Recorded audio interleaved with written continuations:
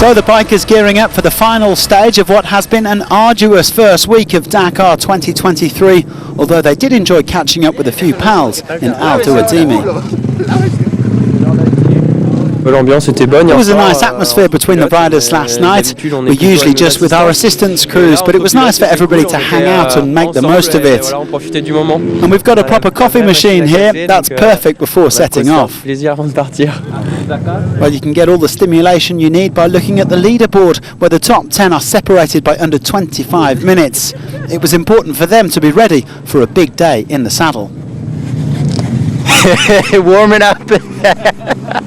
It's gonna be, the dirt is good, you know, so it's gonna be a fast day. I'm starting in 12th, so there should be some lines for sure. Maybe have a lot easier time out there today than most of the other guys, and maybe get a good result. We'll see. Now, Luciano Benavides has shown a real flair for navigation in recent months, but there were some tricky notes today for the first man out on the piste. After a few mistakes, the Argentine was joined by his teammates Skylar Howes and Toby Price, and they were leaving lovely clear lines for the others to follow. All three riders lost time, but Howes felt they'd actually done a good job navigating. Price said the main thing was getting through in one piece. Despite losing 15 minutes, the American Howes is still on top. This is definitely one of the most difficult Dakars in recent history. They're not going easy on us by any means, so I literally am just going to do the best I can every single day, and that's it. That's all I can do. I'm happy to have made it to rest day, and I'm going to eat a cheeseburger now. Bon appetit, Skylar. Now, Martin Mitchek is one of the top privateers at the Dakar. The Czech currently sits 14th overall for the Orion Moto Racing Group team. He came as high as 10th 2 years ago, and he's looking to impress again after a host of problems last year. Now, Mitchek took a bit of a tumble at one point. He's also carrying a right leg injury, but a fine effort today to come 11th.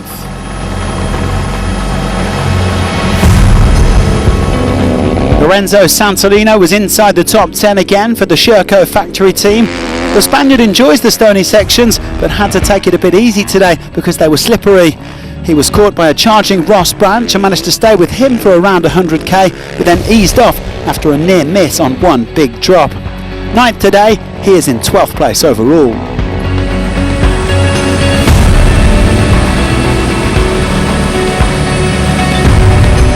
Adrian van Beveren caught up to Matthias Walkner, and they spent a while surfing the dunes together.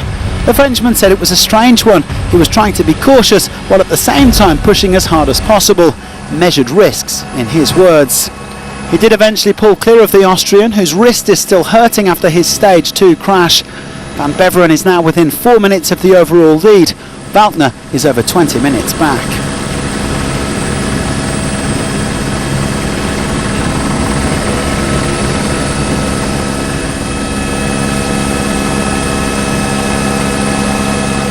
After a rather miserable week, it was a good day for the hero team. Sebastian Bühler was 7th fastest. The German said that apart from the fuel issue that cost him over 3 hours on stage 4, this has actually been a pretty solid Dakar. Following his long injury layoff, the former Bauhaus World Cup winner is showing he has the pace to match the big guns.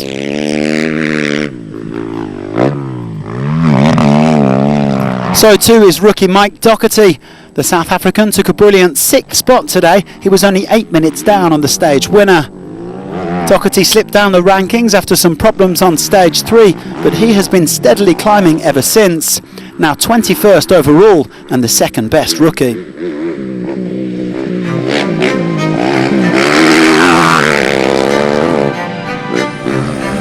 Meanwhile, Luciano, Skylar and Toby had been joined by a few more friends.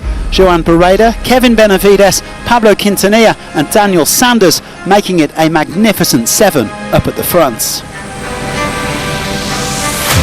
Now, Sanders was the last of the 7 to start, so he made the biggest time gains. Even if he is still battling a stomach bug, he gained 12 minutes on Luciano Benavides. Kevin said he was particularly proud of his younger brother, who spent the whole day leading out and picked up 4 minutes 45 in bonuses. Quintanilla was also in there and came 4th on the day. In fact, all 7 of these riders are now inside the top 11 overall. We could well be looking at the future winner of Dakar 2023.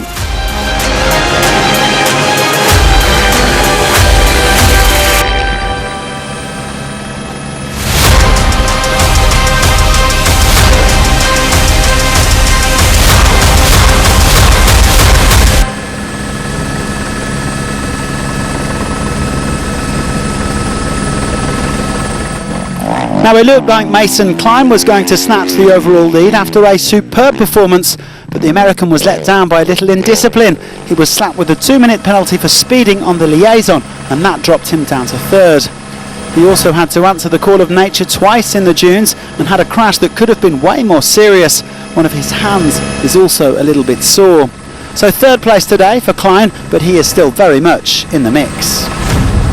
The stage victory went to Ross Branch.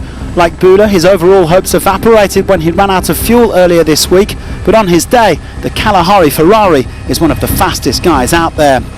He says he is still learning about the bike, but he was delighted to land Hero their first stage win of this edition.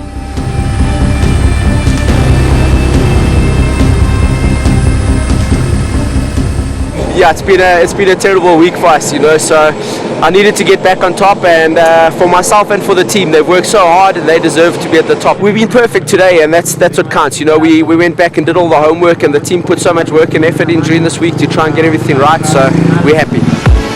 Another day and yet another different stage winner, with Branch coming in over 3 minutes clear of Sanders and Klein. Fantastic effort from Doherty to finish in 6th place. The gaps are super tight heading into the rest day, just 13 seconds separating Howes, Kevin Benavides and Klein. Bereda in 8th place is only 7:21 back. Howes also has that slender advantage in the W2RC standings.